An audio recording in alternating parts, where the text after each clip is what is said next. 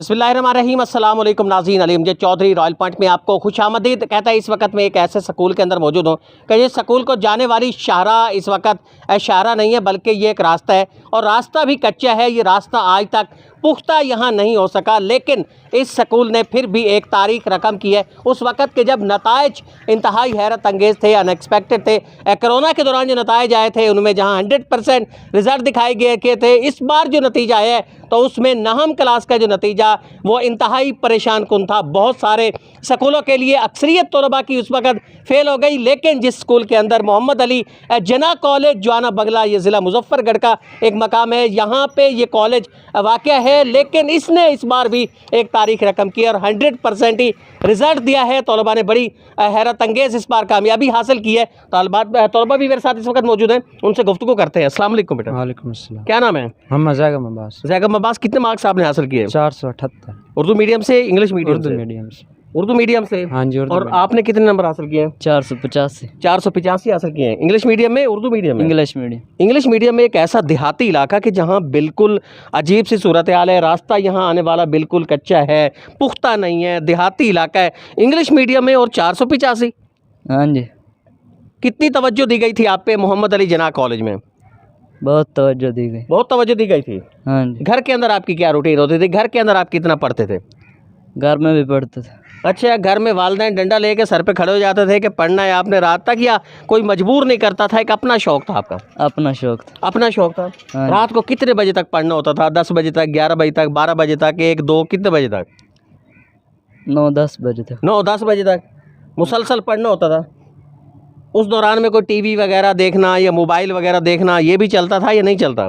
नहीं था मोबाइल। बिल्कुल नहीं चला। नहीं। मोबाइल आपने देखा ही नहीं है? नहीं देखते, नहीं। सिर्फ तालीम पे तवज्जो देते। आप मोबाइल देखते? नहीं, बिल्कुल। सिर्फ तालीम पे हाँ तवज्जो जी, होती है? बिल्कुल तालीम पे। टीवी वगैरह तो देखते होगे ना? नहीं, कुछ भी नहीं। टीवी भी नहीं देखते? नहीं देखते। बिल्कुल नहीं देखते। पक्की बात है। हाँ जी। घर में कोई आपको मजबूर करता था कि आपने इतना पढ़ना है, इतनी स्टडी करनी है, या कोई नहीं मजबूर करता? नहीं, बस अपना शौक था। अच्छा, अपना शौक होता हाँ था। जी, अपना शौक। आपको रात को घर वाले कहते थे कि आप सो जाओ बेटा, बड़ी देर हो गई है, या नहीं? कहते थे। अच्छा, कहते थे। हाँ जी। लेकिन चोरी छुपे फिर भी पढ़ना है आपने? हाँ जी, पढ़ना। चोरी छुपे फिल्में नहीं देखनी बल्कि पढ़ना है। पढ़ना। नाज़रीन, बहुत सारे लोग हमें इस वक्त देख रहे होंगे, उनके लिए बड़ी एक मोटिवेशन है कि इन बच्चों को इनके वालिदैन ये कहते थे कि बेटा आप सो जाओ, और सोने से इसलिए नहीं कहते थे कि ये टीवी देख रहे होते थे, बल्कि उस वक्त भी ये तालीम हासिल कर रहे होते थे। इनके वालिदैन ने कहते थे सो जाओ, लेकिन ये उस वक्त सोते नहीं थे बल्कि अपनी तालीम को जारी रखते थे। और आज ये एक देहाती इलाका है, बिल्कुल दरिया के किनारे ये आबाद है, कोई सहूलियात यहाँ नहीं है। हत्ता कि मोहम्मद अली जना कॉलेज के आप देख सकते हैं कि यहाँ आने वाले जो रास्ता है वो भी पुख्ता आज तक नहीं हो सका, लेकिन ये बच्चे बड़े पुख्ता हो गए हैं। सफदर साहब मौजूद हैं, प्रिंसिपल यहाँ से मोहम्मद अली जना के, उनसे गुफ्तगू करते हैं। राज क्या है सर, माजरा क्या है कि रास्ता भी आने वाला कच्चा है, बारिश आती होगी तो नो गो एरिया बन जाता होगा, ऐसी सहूलियात भी नहीं है इलाके के अंदर। बच्चे इंग्लिश मीडियम के अंदर इतने बड़े मार्क्स ले लेते हैं, 100% आप स्कूल का रिजल्ट दे लेते हैं, आखिर इसके पीछे राज क्या है? सबसे पहले मैं आपके शुक्रिया अदा करता हूं कि आप तशरीफ़ लाए और हमारी हौसला अफजाई की, आपकी मेहरबानी है। देखें सर, यह सबसे पहले जब मैंने ये आगाज़ किया था 2014 में, तो यहाँ एफएससी का कोई क्लासेस का इंतज़ाम नहीं था। हमारे बच्चे बड़े दूर दराज तक जाते थे और वहाँ उन्हें कई मुश्किलात का सामना आता था और मोस्टली बच्चे फ़ेल होकर वापस आ जाते थे। मैंने सोचा क्यों मैं ऐसा काम ना करूँ कि जिनसे हमारे मुआशरे में, इस सोसाइटी के अंदर हमारी कौम का फ़ायदा हो जाए। तो मैंने ये पहला कदम 2014 में रखा। उसके बाद मैंने 9th और 10th का आगाज़ किया। जब मैंने 9th और 10th का आगाज़ किया, मैं ये सोचता था, मैं एक गरीब किसान का एक बेटा था, मैं भी सोचता था कि ये बाकी लोग भी, ये बैकवर्ड एरिया है, यहाँ लोग बहुत परेशान हैं। उस वक्त आपको लगा तो होगा कि मैं नामुमकिन काम करने जा रहा हूँ। बहुत सारे लोगों ने आपसे कहा होगा कि सफदर साहब ये क्या काम शुरू कर दे, बड़ा नामुमकिन सा काम है कि देहाती इलाकों के अंदर बच्चों को इस तरह आगे लेके चलना। सर, बहुत मुश्किलात का सामना करना पड़ता था, क्योंकि यहाँ पैफ के स्कूल थे और मेरे लिए एक बहुत बड़ा मुश्किल काम था कि मैं 700 रुपया फ़ीस लेता था बच्चों से, 9th और 10th क्लास के बच्चों से। और उसके बाद मैंने आहिस्ता आहिस्ता ये कदम बढ़ाया। जब मैंने रिज़ल्ट अच्छे दिए तो लोगों ने मेरे साथ बहुत तामुन किया। अल्हम्दुलिल्लाह, अब मेरे पास 300 से अबव तादाद ये है। भी कहा जा रहा है कि इस बार जो 9th के अंदर रिजल्ट्स है उसमें तकरीबन आपके जो मेजॉरिटी है बच्चे 350 से ऊपर के नंबर हैं। हाँ, ये वाक़ई सही बात है, क्योंकि इस दफ़ा जो रिज़ल्ट आया वो मायूस करना पहले, क्योंकि बच्चों का एक माइंड बन चुका था कोरोना की पोजीशन में कि वो बच्चे पढ़ना छोड़ गए थे।